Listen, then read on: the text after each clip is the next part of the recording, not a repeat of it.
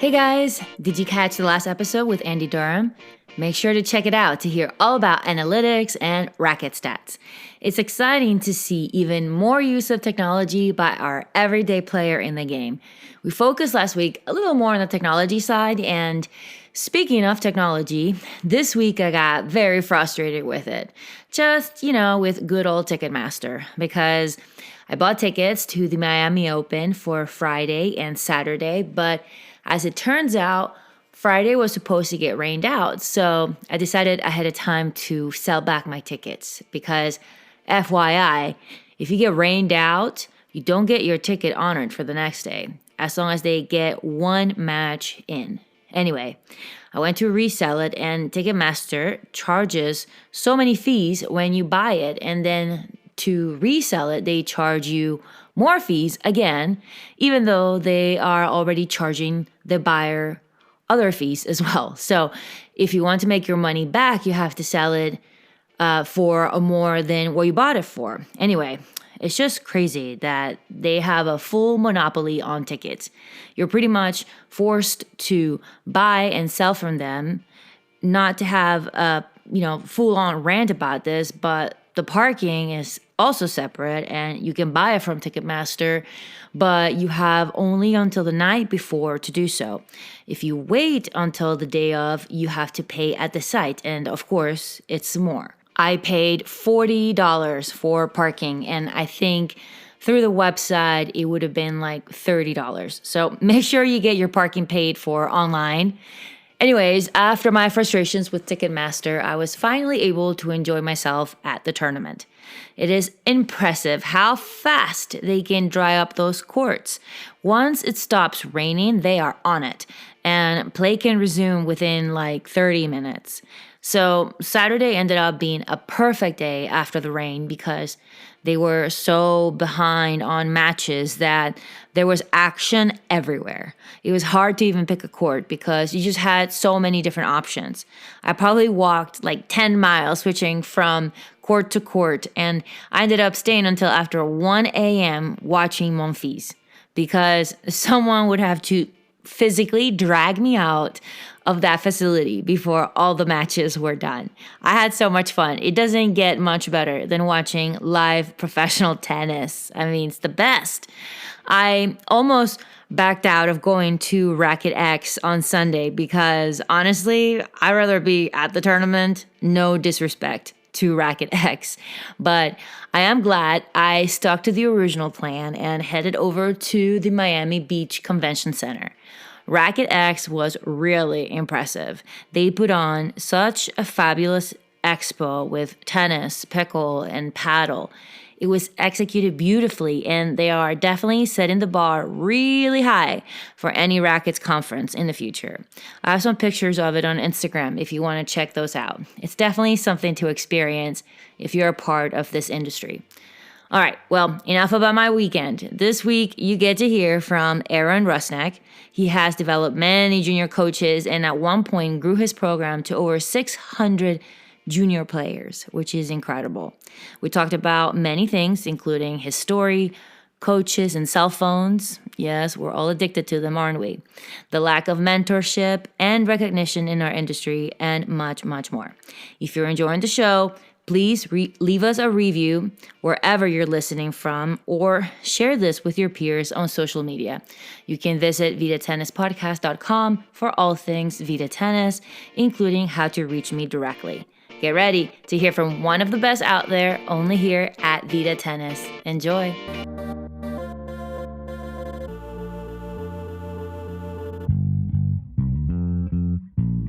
Welcome to Vida Tennis, the podcast for those of us who eat, sleep, breathe tennis. Today, we welcome Aaron Rusnak, who has been coaching tennis for 27 years. He's currently a tennis professional at Northbrook Racquet Club and the director of performance training at 5 Star Tennis, which are both located just outside Chicago. Aaron is certified by the PTR and certified ATP Tour coach by the GPTCA. He's a racket, fit, and resistant band training specialist, and he has worked with players of all ages and skill levels, but has a lot of experience with working with competitive junior players. Welcome, Aaron, to Vida Tennis. How are you doing today? I'm doing well. Thank you for having me, Jennifer. Thanks for the time. I appreciate it. Thank you. I always like to start with your coaching story. So, kind of walk us through how you got started in the industry into coaching tennis. Was that always that you kind of saw yourself doing growing up, or just kind of fell into it? It's kind of a funny cross path. So one of my first tennis teachers, she was a special education teacher in Chicago. So worked with special need kids. And her name was Sharon Toomey. And she actually, probably around the time I was maybe 12-ish or so, I was in tennis programs and that. And she'd asked me, hey, would you ever want to help out like the little kids and stuff? And right around that time, I started doing these little kids classes. And she went to my mom and just said, he has a niche for working with kids. I think later on, he'd be like an excellent coach. And in that time frame, I started helping a lot at this one particular club when I was basically underage, helping out little kids classes. And then kind of fast forward, I love learning the game, one as a player, as a kid, and still to this day, but also in that time frame, reading books. Obviously, I can't get certified at 13 years old, but I went ahead and was going into like reading different books from Vic Braden and Vandermeer and all the other people that are out there that were well-respected people that wrote really, really great books back in that time. I was reading up material, taking it to the little kids' classes, always like thinking out lesson plans back then. And then fast forward to like when I was about 17 years old, that was my first full-time teaching job. It was actually for my coach.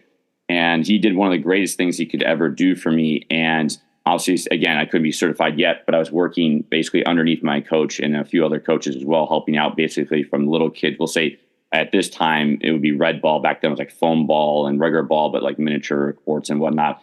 Anyways, he just told me, if you can't help a little 5-6-year-old kid improve, making sure they have the right grip and split stepping, all these little things, and seeing what they're doing incorrectly and how to help guide them through, there's no reason for you to work with a higher level of kids, because you may see what's going wrong with what's going on with their stroke, but you won't know how to fix it. So he's like, it would be me doing a disservice for you, because if this is something that you're really passionate about doing long term in that later on after your playing career, this is something I think I want to set you up in the correct way, not in a backwards way. I was really grateful for that. It was Chris Cabanban, amazingly like a second dad to me as far as really guiding me through my playing career, but also on the coaching side. He was really my one true mentor later on through my playing side, but also the coaching side as well, to really kind of look at things through a different lens than all the books I'm always reading and stuff like that. And he saw the creativity in me. And same thing with the first tennis teacher I had, Sharon. She saw something in me and really kind of gravitated to really kind of helping me more than just helping my tennis game, but making me look outside of not just the strokes, but understanding the strategy and the tactical aspects at a very young age,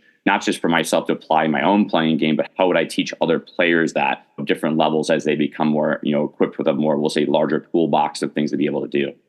So that's kind of how it fast forward. And then from there, it was playing, and then kind of to help pay for my traveling, I was teaching a lot. So it's kind of like I was loving what I was doing as a coach, but that money was funding me playing on the USA Pro Circuit. So it was kind of like a give and take that way. But the great thing is when I was playing futures and stuff, because that's mainly what I played, my thing was I'm always a student of the game. So that turned into then me learning from other coaches, because particularly when I was playing, there was a lot of coaches who were traveling from other countries with like 4 or 5 players. And I'd ask those coaches a lot of questions and watch their players' matches and ask, like, what's the player working on? Like, why are they doing it? So it just kind of really manifested from when I was a very young age, and then kind of all the way through. And that kind of carried on, not just in tennis, but even when I was in high school. I learned at a very young age the power of listening. It's kind of one of those things where it's very easy for us to half-heartedly listen to the person because we want to speak what we know. But I learned at a young age, like, you get more out of it when you just kind of more or less stay quiet and really have empathy toward the person and understand, like, word for word, like what they're going through, whether it's a positive thing or a negative thing or a struggle. When you understand that and you understand kind of how they are taking information or how they feel, it's easier to help them. So that kind of helped me also in my tennis portion, as I was teaching when I was full-time doing it when I was 17, was starting to learn then, like, if I was working with you, listening to you so I understood how you were learning the game, what things you felt positive about your game, what maybe insecurities you have in your game, what are your struggles. A lot of kids, they'll come on the court and maybe something terrible happened at school. And sometimes it's just taking that moment to hear them and let them kind of vent what's going on helps them kind of refocus their energy into what you want to do that day. And then I'll see tennis-wise, okay, what is my player having trouble with? Because as you know, everyone learns differently. What is the best method at that moment to coach more, coach less, so use something visual, use something that's creating a feeling effect. So it's just understanding how they learn and taking in that. And that's something I learned again, at a young age. And that just kind of spawned in my passion that I really just love seeing other people excel. And even now as a coach, I love helping other coaches because like me, seeing them excel and seeing their potential makes me feel good that I'm just kind of like a guide. I'm kind of like one of my coaches that I love his little thing, like throwing breadcrumbs out to the other coach to kind of like make them understand they have more inside of them than they thought. And they become a better coach and they help more players and even other coaches in a lot of ways than I could have all by myself. That's incredible that you started teaching that young. I mean, I started playing tennis when I was, I think, 11. So at 13, you're already teaching. My goodness, that's crazy. Yeah. I can't even imagine that. And I love that because when you're young, to just have the courage and just being outgoing enough to like go out and teach tennis, I think it takes a lot. It takes a lot of being comfortable on a court and being able to also learn from the coaches that's kind of guiding you through it. And I like what you said about asking questions. I always joke around that's why I like to do this type of podcast better, where I'm interviewing someone, because I'd rather be the one asking questions than answering them. Right. Yeah. So what has been your favorite thing about coaching tennis throughout this 27-year career? I have two kind of things tied together. I have to say, in all my years of doing this, I think sometimes we as coaches may not always understand how great of an impact we can make in people's lives. And for me, one thing I love is I have students that I worked with 27 years ago still reach out to me today to tell me about their life and their kids. And now these players I had, they're now an adult and they're moved on in their life. And that to me means more than any money could be given to me, because that means I actually impacted their life, that they looked at me more than just a tennis coach. That was one of the things that I think is one of the most things I'm most grateful for, that ability to know that the time I spent with that person, whether it was 2 years, 5 years, 1 year, whatever, whenever I got them, that I was impactful enough in their life that they thought of me more than just a tennis coach. Yeah. I have one student I think was one of my personal like greatest accomplishments, not because he played Division I tennis, but it was not because of his level of play. But in a shorter version of the story, basically, they were from Russia, and the mom was a single mom. He had no dad, and mom's working 2-3 jobs. He was working with another coach at the time at the facility I was working at, and he was from the country, Georgia, and they just fought all the time. And it was just a lot of turmoil. He was in my program. I had to like kick him out of class all the time for smashing rackets. I was very diligent about like, when you step on the court, tennis is supposed to be a gentleman's sport, and I want to have them have good character, good effort, good attitude, etc. And he just wasn't following those things. And one summer, him and the coach split up, and he knew that I cared about him, but it was just one of those things where I just basically put my foot down throughout class. And one summer he came up to me and he's like, "We really want you to coach me." And I sat down with him on the bench for like an hour and a half and talked to him. And I said, "Okay, here's the rules. If I'm going to do this," I said, "one, you have a mom who's working her butt off, that's doing everything she can to provide for you, because she is the old parent taking care of you in her life. If you keep acting like this, you're disrespecting her and all the hard work she's putting forth. If you're not giving your best effort and you're not living up to your true potential, you're now letting yourself down.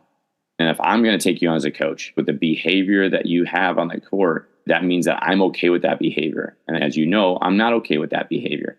So if I'm going to coach you, you're going to help your mom around the house. You are going to do better in school. Your behavior on the court, if you break one racket, if I hear you hear one obscenity, we're done. I'm not working with you." And it was funny. It was like, I think, as you know, people in life, I think he hit a road where it was this way or no way. I think he just realized that he had to get better. And fast forward now, he's a male nurse, and he's also a house music producer. He travels around the world making music for people in the house community. So I was extremely proud of him. I'm proud of all my students. There's a lot of stories I could tell of other ones also that have overcome a lot of stuff, but that one always kind of hits home to me, because I just remember that particular year, I had 3 boys, him and 2 other boys, and all were kind of similar to me growing up, not having much. And just, I really gave everything to all 3 of the boys. And I was really grateful that year, because 2 of them got full rides and the other one got like 87% full ride, all the Division I schools. And it was probably one of my most like pinnacle moments of 3 kids that were the same age that I was mentoring, all in different ways, because they were all going through different things in their life. But that one boy, that particular situation stuck out, because it could easily have had him erupt one time. And I said, "That's it, no more lessons, because I'm not going to teach someone who, behaves that way." And he really turned the page. So that's Yeah. one that just really sticks out to me, because it's like, he's a fantastic human being, a wonderful young man. He's in his late 20s now, and I'm just extremely proud of him, because he could have went down a different path. So Yeah, no, that's incredible. And I think I'm a very positive person, but my husband is like way more positive than I am. Like he's really like always great. And if I'm like not feeling it, or I'm like, oh, I have to go teach, we'll have those days where we're like not really feeling it. He always tells me, go make someone's day today. You'll make someone's day. You'll make someone's day. I'm like, okay. So like now I have that mentality of like, every time I go out, I'm like, I'm going to make some kid's day today. but That's always the goal. No, it's awesome. I love this saying. That's one I have not heard, but I love that saying. That's a very good one. I like that one. Yeah. And I read somewhere about you and how you've grown junior programs, and you were at one point working with like 600 juniors or something like that. And I was like, wow, that's a lot of kids. What do you think has been key to your success with growing junior programs? Okay, that's a good one. A couple things I learned. One, I was grateful for the facility I was at, because they saw potential in me and they invested in me. So a year before I took over 2 different programs over my time there. For a whole year, I was just like a regular pro doing everything. And they were just kind of seeing how I interacted with the adults and the kids, and like, say, cardio tennis even, and with the trainers, because we had a training staff. So they really try to utilize me every way for a whole year to kind of see where do I fit in. And they just saw I had a lot of like leadership skills, and my leadership was not so much like a dictatorship. It was more like, okay, hey, let's sit down. What are your ideas? I'm not going to put any idea down. Every idea is on the table. There's never a bad idea. It's just, how do we make it intertwine and sync so that everything flows? So that year, they also started sending me to like different like business stuff. I did a thing called emotional intelligence. So they kind of understood kind of how I tick mentally and stuff like that. So I started also learning a little bit more about myself. So finally, when one of our director's positions opened up, it was the smallest program of that facility at the time, and it never really came off ground. And the lady who had been doing it, she's a really wonderful lady in that she was the one who originally recommended it to my ownership for me to take over. And I was always helping her in those classes and that. And she was like, if you were doing this class, what would you do differently? And what were some of your ideas? And she started letting me kind of implement this stuff in the class. And she saw immediately how the class's engagement of what we were doing was getting better, and the energy. If you have the energy and the intensity's up and the kids are learning, it's a fun environment. It's fun, and yet they're also being challenged. So it's just a win-win. But the one thing I did was I listened to the kids, I talked to the parents, and I also talked to the other pros in the program. So in the way I kind of work, my brain's a little goofy this way. It's something that my coworkers are always like weird. Like they don't know how I do it, but I could go to like any club, and within a day or two, I could come up with like 48 like weeks of lesson plans just by like watching a couple of classes, just know progressionally or regressionally what has to happen. It's just something I can't explain it. It's just something I've been doing. I don't know if it's because I've been making plans since I was 13 years old, but I look outside the box of, okay, how do I make the weakest kid in the class improve? And how do I have the strongest kid in the class still be challenged? So I was always able to figure out a way to make that work through all the programming there. I had a vision of what I wanted to do with this particular program, but I wanted to make sure that the pros were part of the vision, that it was not just like, I'm taking over, this is how it's done. I would talk to each one going, hey, what is something that you would like to implement in this program? And I got each of their feedback, and from their feedback, and from the feedback I'd get from the parents about what their kids like about the class, that's how I started to form a long-term vision of what this program should become. So it started with like 69 kids, and within maybe 6 months, it grew up to like 170 kids. And it just kept growing and growing and growing. So before I changed director's roles to a different program, it finished in like the mid 300s. So I was still working like a 8 to 12 hour day, but then emails late at night. So it was just a constant like thing. And this is before I had my son. It was just my wife and I.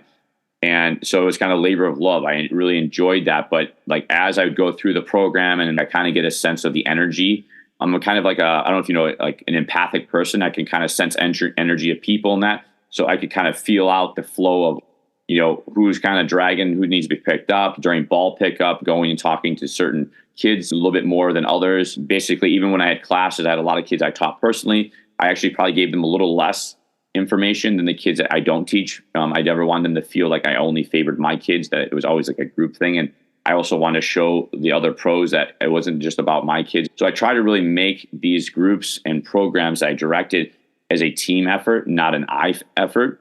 I don't know if that's because my first sport actually was basketball. And that was one thing. I was always a very much team player. I was like the point guard in basketball. So I was always about running plays and making sure that it wasn't just about me. I might be controlling the beginning of the play, but it was never the end all be all of who makes the shot. And when you have that team synergy, so to speak, I feel that it rubs off on the kids too, because then the kids see that we're all working together. It's not like I'm just talking, the pros are just standing there, that everyone's engaged in the process of their learning that day. So that no matter if I'm talking or say you're one of the coaches with me, and then you start to talk to a kid, they respect you just as much as they respect me. I also made the kids all a student of the game. So I actually made them do homework outside of the school, not just like agility stuff, shadow swings, nothing like that, even just the history of the game. That's one thing nowadays that I find, like when I work with some kids, that some kids don't even know who Andre Agassi is, don't know who Pete Sampras is. Like if I mention Rod Laver, they're like, who is that guy? They don't understand, like Margaret Court, like why is she so famous for what her accomplishment? They don't know. Like for me, when I was a very young kid, like even back when I was telling you earlier, when I was 13 years old, like it wasn't just about me learning the game and how to teach it. I also loved learning how so many people from different walks of life have the same passion and they're driven to accomplish something for themselves, and how we all kind of go that path. Like I used to tell my staff, like me as a director, it's like, I'm not competing against my other directors in my program. I'm not even competing against the other directors of other clubs. I'm competing against myself to be the best director I can be for my staff and for the kids. And I grew up to it was like close to almost 700 kids, basically kids who played like local and regional tournaments and played at level high school and went on to play typically like Division 2, Division 3 schools. So in that program, part of my thing is, as a player, I was also kind of in singles, I was a serve and volleyer. In doubles, I was a double specialist. So I took my double specialty and turned a lot of classes into doubles classes, because I had a lot of kids who were really a fish out of water in doubles. So there was really, where I lived, there was really no one specializing in a lot of doubles related stuff, from not just doubles drills, but like analyzing doubles matches, analytics of doubles matches. So I would bring like a whole forefront of all these things to the kids and create a learning environment that was not just on court, but off court for them as well. So for me, that's how I became kind of known where I live, is because I was doing stuff not just on court, but off the court. So I'd go see high school matches. I'd go to tournaments. I would call the high school coaches, ask how their practices are going. And the kids or the parents would always appreciate that, because they realized that I was not just for them there for the 2-hour class or the 1-hour private, that I was doing stuff beyond that. Like even today, my director's position is a little bit different. It's more in the fitness realm at the one facility. But if I'm working with you one-on-one, my time is not just that 1 hour with you. If you, like a lot of times I'll have the parents send me a Swing Vision or a private YouTube channel of them playing a match, and I will watch the match and I'll take notes and kind of go over it. And I'll make sure the kid watches the match too, so they understand what I'm talking about. And I can even go back to certain situations in the match that they did things really, really well, or things that they didn't. So there's a lot of times I'll work all day and I'll come home, and instead of probably sleeping like I should, I'm up on a laptop or on a phone watching video, or breaking into 2 parts of watching if it's a long match, and just trying to kind of understand my player better, so I have good talking points going into the class. So that's kind of what I did over the years. And for me personally, my biggest thing is I've always been a team player. So when I was a director, that whole time at that facility, as my program was getting really, really large, and like I said, it became the largest one of we had at the time, we had about 1,300 junior members, not including adults, but there was 1,300 juniors. More than half of those kids were in my program alone. I wanted to make sure that every single individual that was helping my programs always felt they were part of the success. So like even when I had opportunities to do talkings in front of my other peers, I always included people's, either it was a drill or a vision of something that they wanted to help with me long term. I always included them so they understand that they are very much a part of this just as much as me. I get a lot of gratitude helping others. So even though I have a title, I pretend like I'm not a title. I'm just kind of like the point guard in basketball again. And it's like, okay, what play do we want to run? And then from that, I create my own vision, but I add in their ideas so that everyone understands. Because like, for example, if you and I are working together and you said, hey, Aaron, I really like to do this drill because I love this drill that you're doing, but I think this would complement it well. I would say, okay, next week, Jennifer, we're going to put this in next week into the program. And next week, sure enough, we go from the drill I did the week before, we add yours in. Now it's the next part of the progression of the drill, or the certain, maybe we'll say method of the week or theme of the week. that covers it and then just carries on over. So what I loved about that was when the pros knew that as the program grew, I always have tons of ideas, but I think that they became more and more comfortable to keep coming to me, because then I think they understood I respected them and I respected their knowledge that they bring to the table.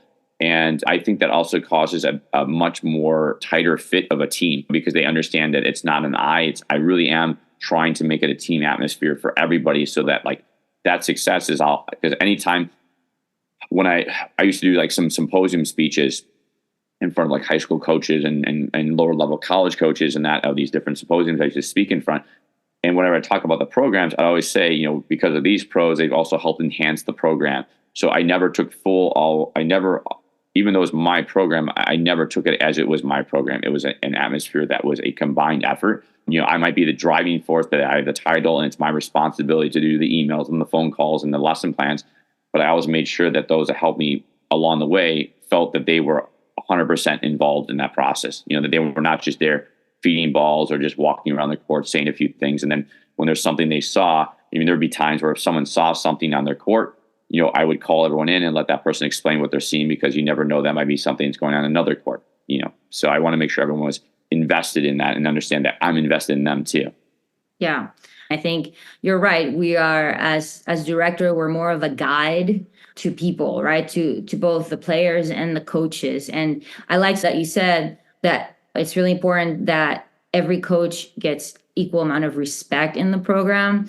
And that's something that I'm very big on and that I like to see more of, because I experienced the opposite when I was a younger coach, where it was like whatever the head pro set went, and I was just kind of there to feed balls. And it doesn't make you feel great, because you know that you have so much to offer and to bring to the table, and you don't feel like you're valued at all if your input is not taken into consideration at all, or if you don't have a say in anything, or you don't even get to explain a drill. Like some coaches don't let their staff explain a drill. And I think that that's something very important to kind of keep in mind of when you are kind of the leader or the director or whatever you want to call it, is to remember the other pros, and that you also have to help them get better, not just the players. You're also kind of working with your staff, and it's important to provide them opportunities to shine and to work on themselves a little bit. Right? No, totally. I think that's the one thing that I enjoyed the most when I was at that facility. I was there for 12 years. Just the team atmosphere that's not just in my program, but we as a whole, as a club, overall, there was about 40 pros on staff, and like 26 of them were full-time staff pros of doing 40 plus hours a week. And to have, as you know, a lot of minds, we'll say maybe a lot of egos, but understand that if we work together, it can be a beautiful thing for not just us as a working environment, but for the people that are in front of us, whether it's a class or a private setting. And yeah, I totally agree. That was something I experienced at one facility. I might have been like 19 or 20 years old at the time. And what you described yourself, that was the same thing that happened to me. I had one particular program that I was part of at one facility where what you just described, they would just say, okay, this is the drill we're doing, go down there and do that thing. And before that, I was at another facility where I was able to speak and do things. So then I was like, okay, now my voice doesn't count now. Like I felt like I was just completely disconnected. So now you go to a class, and then like for me, I try to think positive. Like, okay, well, this might have been, I don't want to say the word taken away, but now I don't allow to be myself. So I'm like, how do I find other ways within that environment? Can I still express my creativity of me, what makes me unique, to help the program? So I would literally have to, every time there was a non-feeding situation, ball pickup, talking to the kids during match play, walking around, getting to know the kids better, understand what they're trying to do, or maybe sometimes the head coach would just watch and not say much. And I'm not saying in the aspect of like I was over coaching, like I was just throwing things out left and right. I was picking my moments, but it was just one of those things where I was trying to be as involved as I could. One, that's just naturally what I do, but it was like I made it very apparent that like, okay, my voice isn't kind of 100% be heard. So what are ways my voice can be heard, because I feel I have some value to help? So I definitely can relate. That happened in my younger years. I did have a facility, not every class, but there was a certain program where I got put in that kind of like, we'll say bubble, where I literally like, okay, you go down there, or because I was a pretty good hitter, okay, you go down there and hit with these guys. And that was it. Like I was a hitting partner and feeder. That's what ends up happening is that, especially when you're just trying to coach, is like you become a hitter Yeah. and not really a coach. And it's very easy to kind of fall back as a coach and be like, okay, sure, just kind of go through the motions and not get involved and just be willing to do that. But I think it's not very motivating. And I think maybe we lose some people in the industry because of that, because there's not much thought process behind it. It's just, you're just, yeah, like a robot or like a ball machine. There's no creativity and no like engagement from the pros. So I think that that's really important. Once I switched to a different environment, it really helped me kind of stay motivated as a coach and find my way and find my voice. And it just makes such a big difference. But I also want to know, what do you think is the most important when you're on court? Because now, we're talking about other pros having staff, but also when you're on court, what are some of the things that you value on coaches, whether it's energy, how much fun they bring, attention to technical details? I think one of the biggest values that I looked for, like when I was a director, was how much the pro cares. Because I feel if the pro cares, it'll always show up. I'm a very high energy coach, and not every coach is like that. And that's okay. You don't have to be that to be a good coach. There's a lot of coaches that are very quiet, but they pick the right moments. They don't have to be like so amped up. But it's when they say something, how impactful is it? Is there a lot of care behind what they're saying? So when I would have different staff members, I was always looking at the overall, like how much are they engaged with the kids? Because in this case, mainly I was involved with like 12 to 18-year-old span. So I'm like, okay, in that 12 to 18-year-old span between the one program and then when I moved to the other program, I had different coaches for each one. It wasn't like I had always the same coaches doing the same classes of the other program I took over at one point. But I look at like how much engagement are they with the kids? How much engagement are they with the other pros? Like the camaraderie, as far as like, do they work well with each other to understand that this program is bigger than us? It's about the kids. It's not about us. And understand that even though I'm a director, it's not about me. It's about the kids and making sure that they're getting the support. And in me as the director, I'm supporting you as the coaches to understand you are valued too.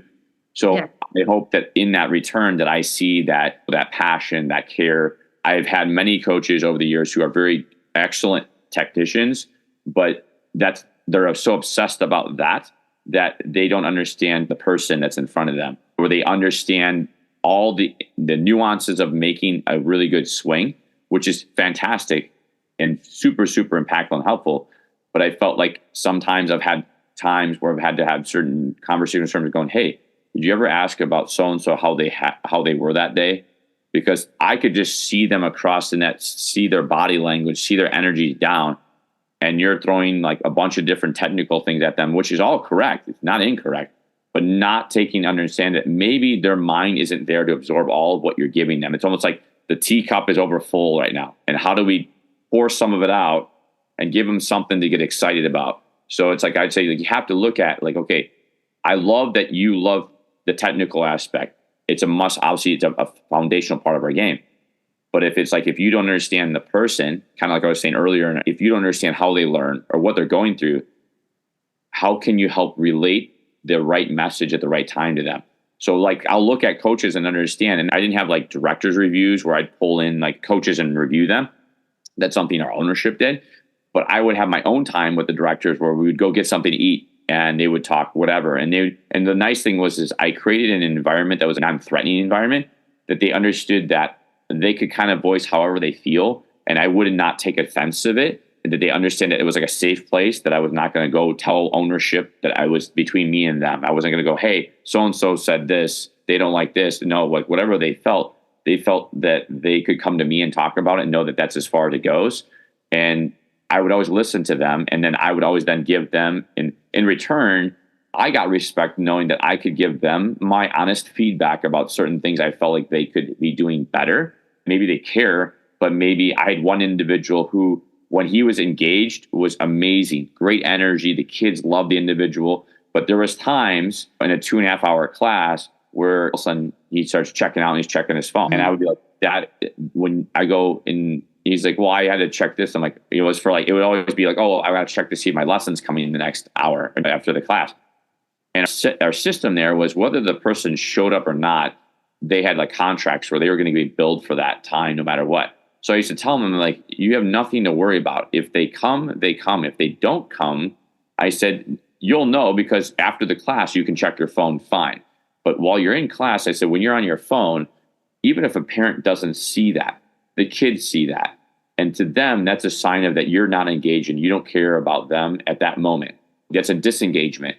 So what I asked them to do, I said, I want you to try for 1 week, just put your phone in your bag for the whole class and just say, I'm going to be as engaged as I can. I don't want you to be like overly engaged and not be yourself, but just every time you feel like you're losing focus, be aware of it and bring yourself back in and see what happens. He did that for a week and he goes, I'm going to go another week and see if I can do it. Next thing, he's doing it for a month and he goes, I think I became a better coach. And I said, I totally agree, because you learn the value of, one, you have to understand the parents are paying a lot of money. The parents are taking time to take their kid there, the time the kids are spending to try to improve their game, and they're counting on us to help them. There's a key value points there. So for me, it's like I'm looking at, okay, how do I make this individual understand this? So I made him do this. And it was not like I was like, you do this or else. I just made it as like a suggestion and say, hey, why don't you try this and see what you think? And it was kind enough to, I think, respect me enough to do it. And then all of a sudden after a month, I was like, I've become a better coach. Do you agree? And I said, absolutely. I think now you're seeing more of your potential of what you're capable of doing on the court. And because of that, during that month time, the other thing that was a kicker about for him was he did that. And after that month's time, he got 7 new lessons because of it. And I told him, I know I made the suggestion, but I didn't do it for you. I said, by you taking the suggestion, you actually did it for yourself. Right. So you succeeded. Because you succeeded, people saw your success, gravitated because now you're a better coach than what you were originally projecting. And now you have 7 clients you didn't have before. I've never really talked about that on the podcast, but that is a huge thing, is the whole cell phone thing, coaches on cell phones. I'm lucky because all the clubs where I've worked in the summers, they have a very strict no cell phone policy. So at least like that's taken care of. And here in Tampa is not the case. Like a lot of places, you're fine to have your phone on court and that's not a big deal. But I still feel like it's such a distraction for coaches. And I see it all the time. And I don't mean it as a criticism. I just think overall, we're all addicted to our phones. And something that I have done that I like to do, I put my phone away. I don't even look at it. And I have a watch that looks like a smartwatch, but it's actually not. I actually refuse to get a smartwatch because I do not want to get notifications of phone calls, text messages, anything on my watch. Like I need to know the time, right? Because you need to time drills. Like if it's an hour lesson, you need to know how to time things, right? Time is very important, but you don't need to know who's calling you, who's texting you. If it's an emergency, I'm sure somebody will get a hold of you. You can check in between lessons, right? But it's just such a bad look to be on your phone, even if it's during a pickup. And I've been guilty of it at times, like during pickup, like I'll check my phone. Like you said, somebody's coming to the lesson or not. But I think we can all do better and just put the phone away. It's funny you said, because I had that happen. It might have been like my 2nd or 3rd year there. They had hired like a lot of new staff came on because our programs were growing, not just mine, but just overall the club was growing. So we needed more staff, more full-timers, not part-timers. We had like 4 individuals that came on and really good guys, but they were addicted to their phone. And a lot of them were in my program the whole time. And I remember like actually going to my ownership. I'm like, I can't say no cell phone ever, but I'm like, can we have it where like literally during group classes, there's no cell phone? When we had a staff meeting, the ownership goes, yeah, I love that idea. No cell phone during group class. If you do it during your private, it's your discretion, because now it's how that parent or how that player is going to perceive you being on your phone, but it's on you. So, of course, everybody kind of originally had backlash. Well, I want to look at my phone ever. And I remember speaking from my staff, and like I said, there's over 40 people in our staff meeting. I just said, maybe I'm old fashioned. Do you guys ever see me on my cell phone? They're like, no. And I'm not perfect, but here's my thing. I put my phone away. My parents and my wife, if it's an emergency, know what to do. They're going to call my work's front desk, and then they're going to come get me. Then I know it's urgent, and I got to pick up my phone because it's a serious matter. But if it's not that, anything else can wait.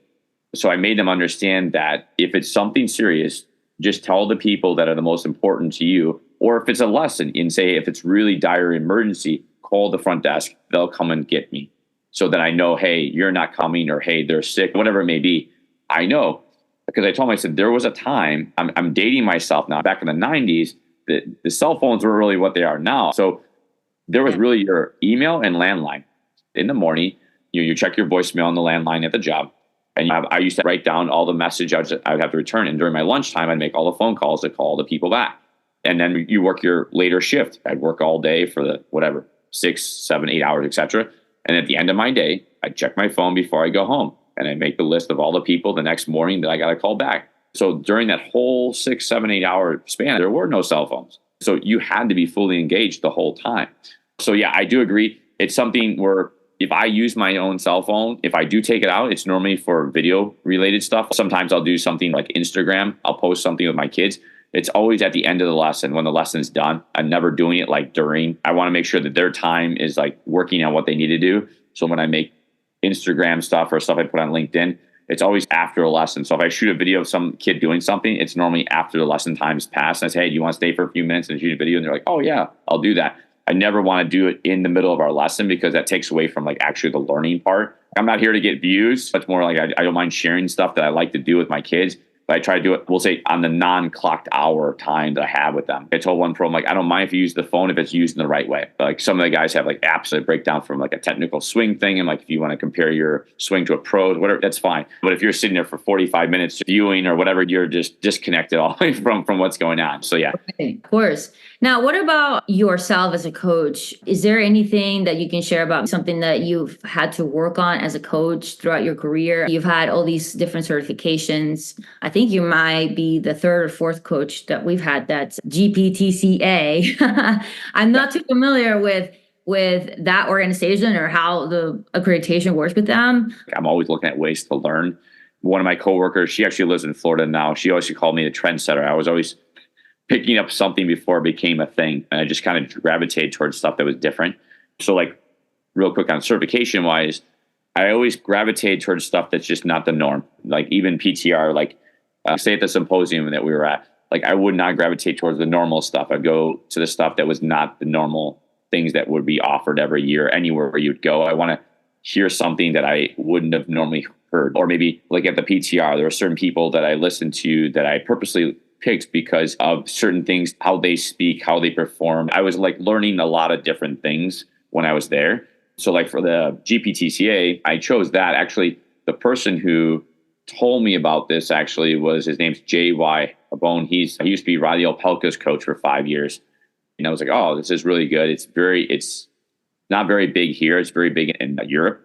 And it's basically Tony Nadal, Rainer Schutler, like a lot of the top ex-pros are like kind of like the head committee and presidents of the place. And it's basically creating an environment to develop coaches that would want to teach at the most elite level.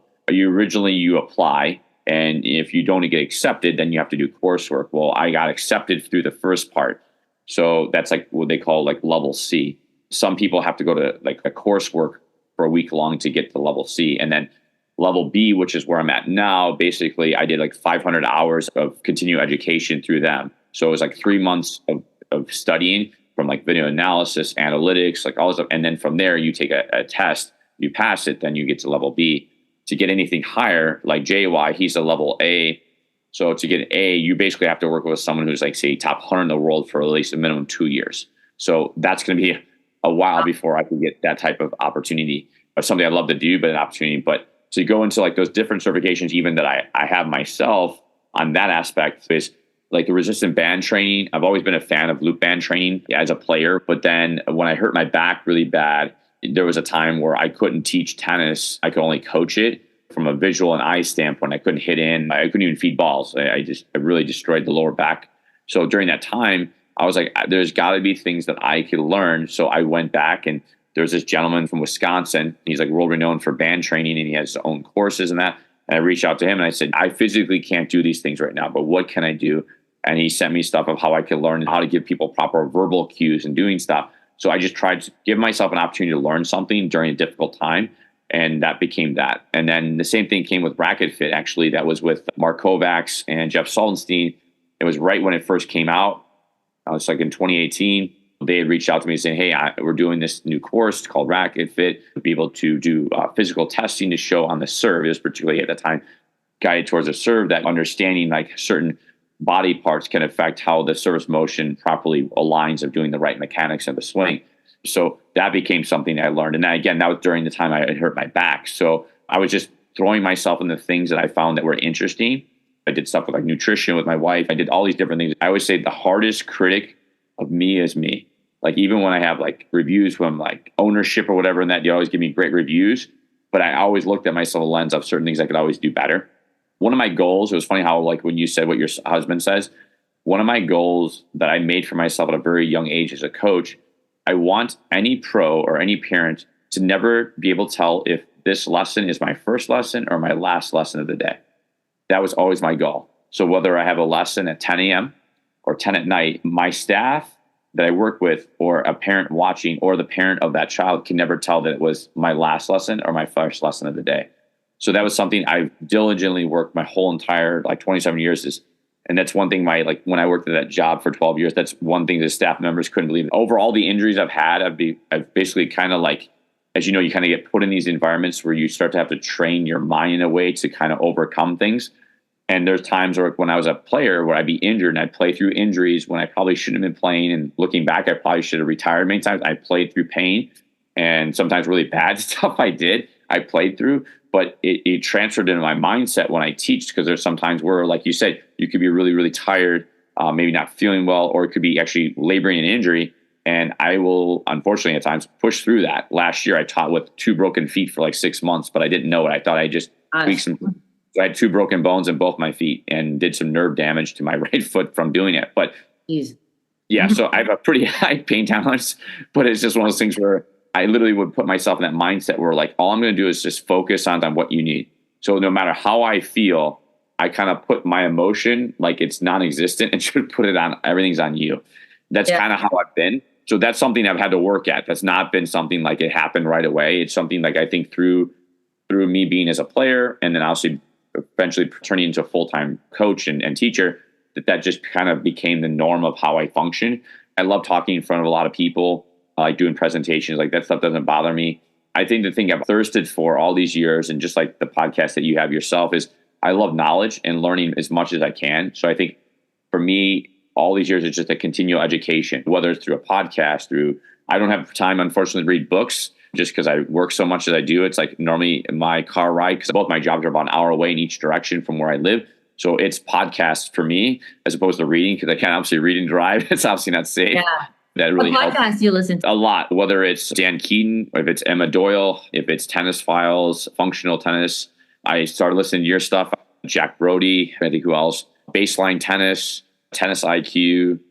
Jay Wise has a podcast. Mark Kovacs has a podcast. Cracked Rackets. Yeah, I kind of like all the tennis podcasts. Yeah, I kind of like have a mixture, and then obviously there's some like health ones too that I listen to and stuff, and also mindfulness and stuff. Yeah, partially from my wife's background. So I really kind of try to like immerse myself as much as I can around it. It's my love outside of my family. So, but yeah, no. As far as I think working on myself, I think in my younger years, kind of what we spoke about earlier, I think when you don't have chances to speak, I think it's hard to kind of voice what you know or what you think you know or what you might see. I think that was something challenging when I was in my younger years of coaching, was getting my voice to be heard and not feel like I have to like push it on someone, trying to have it be more organic and natural. I think my worst thing that I still to this day that I'm still bad at is saying no, because I'll have some kid or some parent come up to me and like, I really need you to help my kid.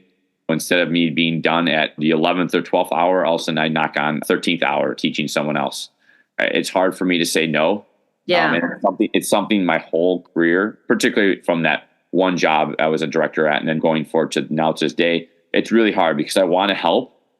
But then there's also like, as I'm getting older, my body's starting to tell me things. So it's kind of one of those things where, Simon Gale, when I was at the PTR thing, we had a lunch, and one thing that he said that was really profound to me. I'm one of these people, when I talk to someone, like if I talk to you, I'll think about everything that you talk to me about and really reflect on it. And it was one of those things where when he said something to me, he's like, the people that are always going to know who worked the hardest, that know that you work the hardest, is always going to be your family, because they're going to see you in the morning and see you at night. Right. Because I tell them, I go, like all the injuries I had as a player or even as a coach, my son and my wife sees me in the morning. It's like evolution of man forming. Like I can barely walk. And then I do all these things just so I can function. But then when the kid or the adult in front of me sees me, they see me as this sort of high energy, go person. But then they don't see how I am at the end of the day when I get out of my car, when all of a sudden now everything in my body is just completely hurting. And then I'm spending like 30 minutes of like, I have an infrared sauna at my house, going to the sauna, or I'm, That's nice. or I'm doing other things to try to recover from a nutritional standpoint. It's funny you're talking about things wearing. That's like, I don't have a smartwatch. I just have a thing that counts my steps.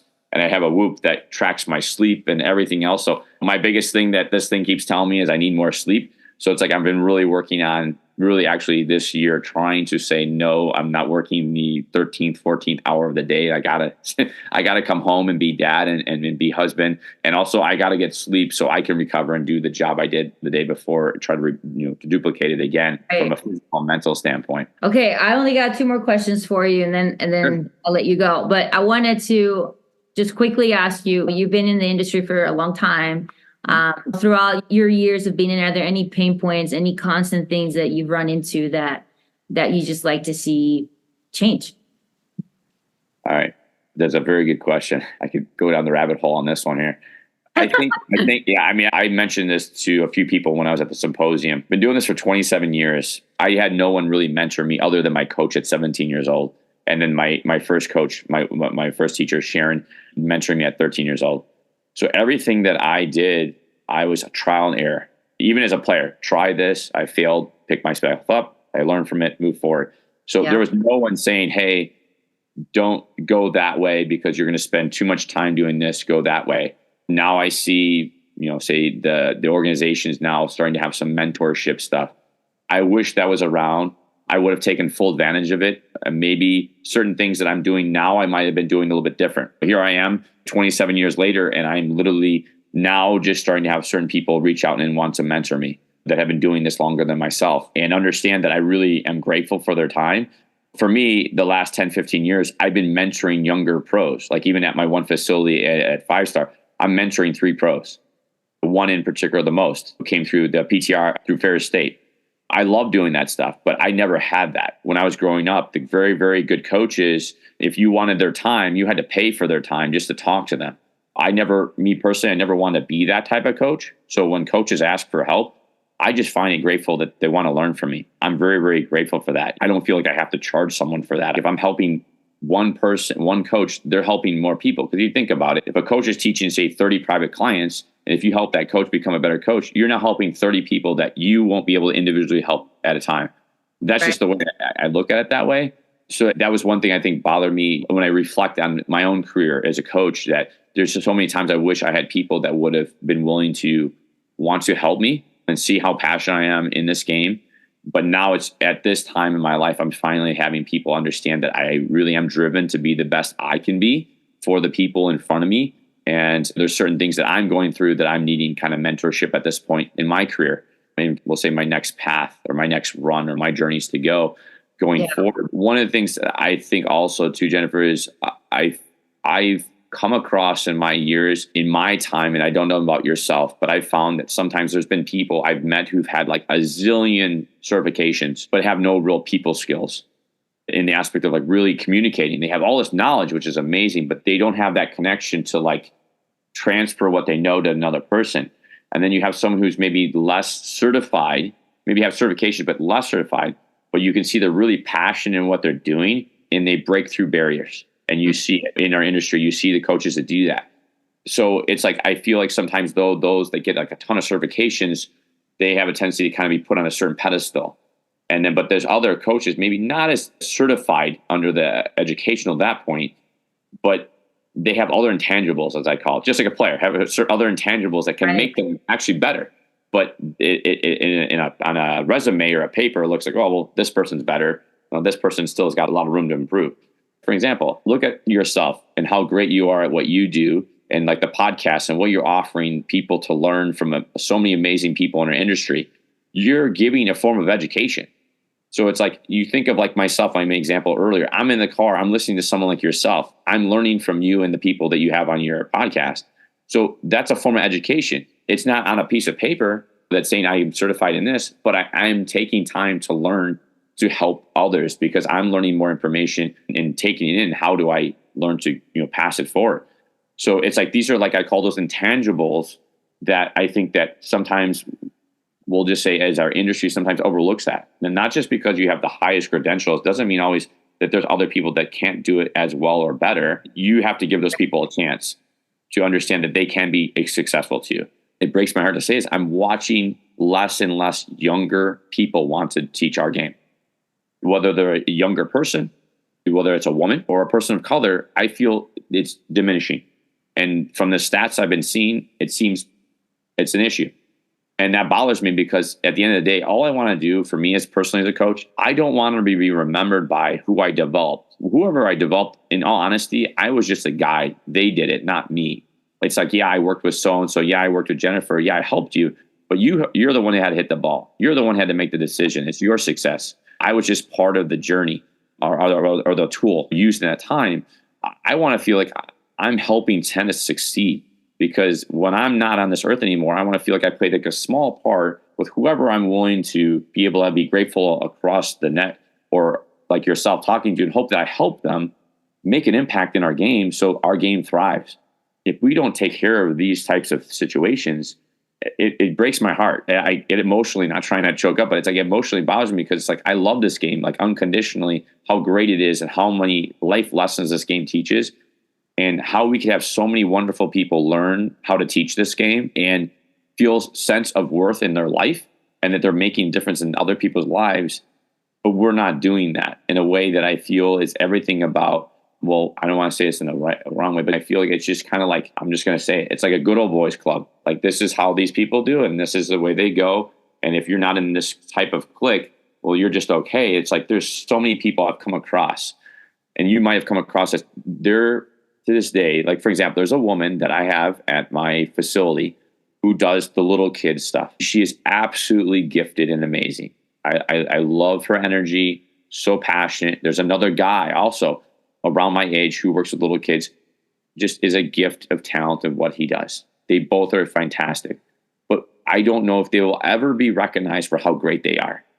You know what I mean? Like, as you know, like where you work, yeah, truth be truth, where you work, who cares and who doesn't care, who's doing it for the hours and who's doing it because they really love what they're doing. It always shows up. I always feel like on a day-to-day basis, it shows up and it speaks the character of that person as far as like their job or their job quality, And that's the thing I think that's most bothersome for me is here we're in this kind of dilemma. Obviously, pickleball is exploded. And I know everything will eventually flatline to a certain extent. And most pickleball people are from tennis. So it's like, if we don't build thriving tennis people, it doesn't really 100% always feed into high-level pickleball players. I mean, I'm not a pickleball person. I'm not a pickleball expert. I teach next to it all the day. I taught next to it yesterday for 3 hours straight while I taught. But it's just one of those things where in our industry, I just feel that there has to be a way that we can all help each other and not have a threat of their ego being harmed, in the aspect of like, if you said to me like, hey, Aaron, I think you should be doing this or what is that, I don't take it personal, that I take it that you actually care enough to say something. Like, I just see a lot of stuff where sometimes people don't want to say anything in our industry, but it could be impactful in a positive way. Maybe because when I was a player, I failed a lot. I was a certain volleyer. I got passed a lot. I fought through a lot of injuries. But it's just like, I got knocked down so much that I had to keep picking myself up. Some things happen in life and you don't know at that moment why. But now it's like, I had so many kids get injured in their careers that I could relate and help them more than someone who never experienced those things. The physical, the emotional effects that it can have on someone, and the pitfalls of confidence and how to get that player back out of that. I went through it myself. So if I can now, instead of looking as a frustration I did many, many long years ago, look at it as actually a blessing, because now that made me a better coach today. And that's a way for me to give back to my clients. And it's also a way for me to give back to other staff members like this individual I'm helping out, because there's certain things that certain players he's going through right now. Currently, he has 2 boys that are hurt, and telling how I should talk to them, how to get them out of their funk. It's just, I feel like in order for this game to thrive, I feel like our higher ups have to take a larger, broader picture than just who's always getting certified and everything. It doesn't always mean that. There's so many people I feel like in our industry in different forms, whether it's a management position, little kids position, high performance position, high school position, kids just learning the game. there are amazing coaches out there that do amazing work in different forms of our stuff that will never be talked about, will never be seen for how good they are. And it's just like, it breaks my heart. If we understand that if we all do it and we bring, like, we have more women coaches, we have more, we'll say we have more people of color of different ethnicities. Just say if we increase the even 10% participation of coaches, we're changing lives, because they're going to get through sometimes their own people more than we can, depending upon it, because that they might understand their ethical background. Like, we have to understand like that we all come from a different walk of life. And if we get more people that can relate with people, they will impact our industry more. It's like building a team. You have your skills. I have my skills. This person has their skills.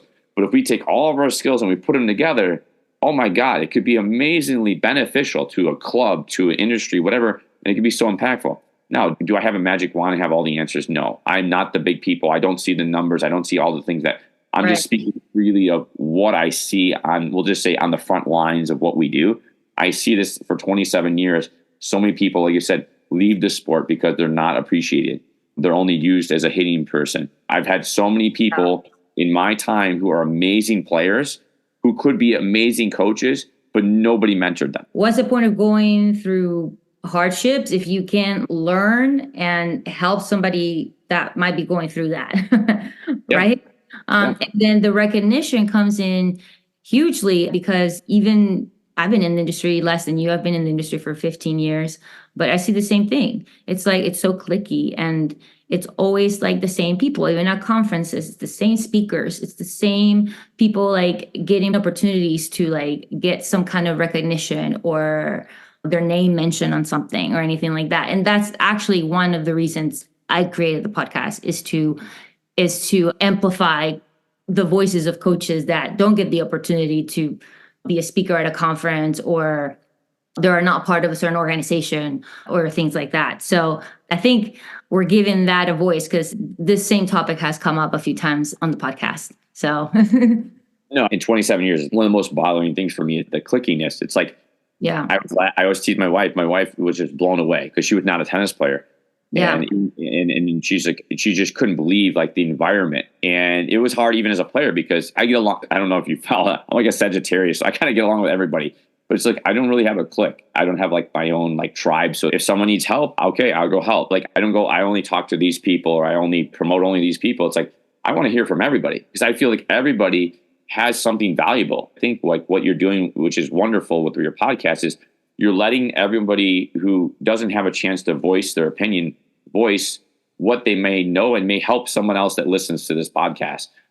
And it's like, I feel like there's a lot of people that don't get a chance to speak. Like when I was at the PTR symposium, there's many coaches that I had an opportunity to speak to while I was there.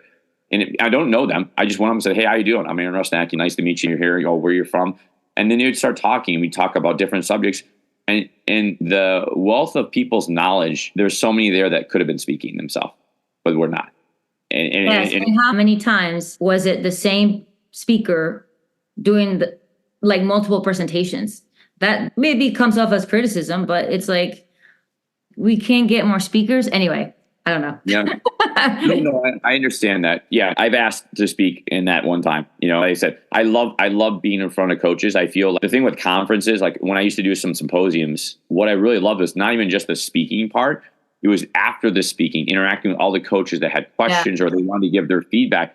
You get energized. Like I remember like the first time I did a speaking thing for what's called the Illinois State Tennis Symposium for high school, had all these high school coaches, and my wife and maybe my mom and dad remember like how like adrenaline I was after the speech. So the speech, not just the interaction of the speech itself and the demonstrations I was doing, it was the interaction afterwards of one, not only the coaches being grateful, but they had so much they wanted to talk to you about. You felt important to them that you could help them. They'd ask you questions like, what about this? What about that? But it wasn't like, oh, I'm just speaking. That's my time. See you later. I spent probably about an hour and a half, 2 hours after my speech talking to coaches that coaches actually missed the next speaker because they just want to talk to me. But I was so grateful for that they felt that much value in what I was talking about. But not enough of us get a chance to speak. Like I said, if I could personally go around and talk to like other clubs, talk to other pros and just help, I would love to do that. Like I love just being around other people that are like-minded like myself, that just love the game and want to see it succeed. Yeah. I would be like, sign me up, Exactly. So, yeah. Well, Aaron, thank you so much for sharing. I can't take any more of your time. We've been on for a while, so yeah. I'll let you go. But I really appreciate your honesty and obviously all the things that you share with us, and I'm sure the audience will too. So really appreciate you. Thank you for the opportunity in that. And for anyone listening, I appreciate you taking the time to listen to this podcast and that. And I wish you all the best in the podcast and continue doing what you're doing, because I really passionate about this. And I know you're really passionate about what you're doing and what you're trying to do. And I know you're going to make a difference. So thank you again for your time. Thank you. Thank you for listening to Vida Tennis Podcast. Make sure to check us out on social media. We are on Instagram, Facebook, and TikTok as Vida Tennis Podcast. And also our website is vidatennispodcast.com. Please leave us a review to help grow the podcast. Enjoy the last week of the Miami Open, and I will see you next week for a conversation with Margie Sessinger from IMG. See you then.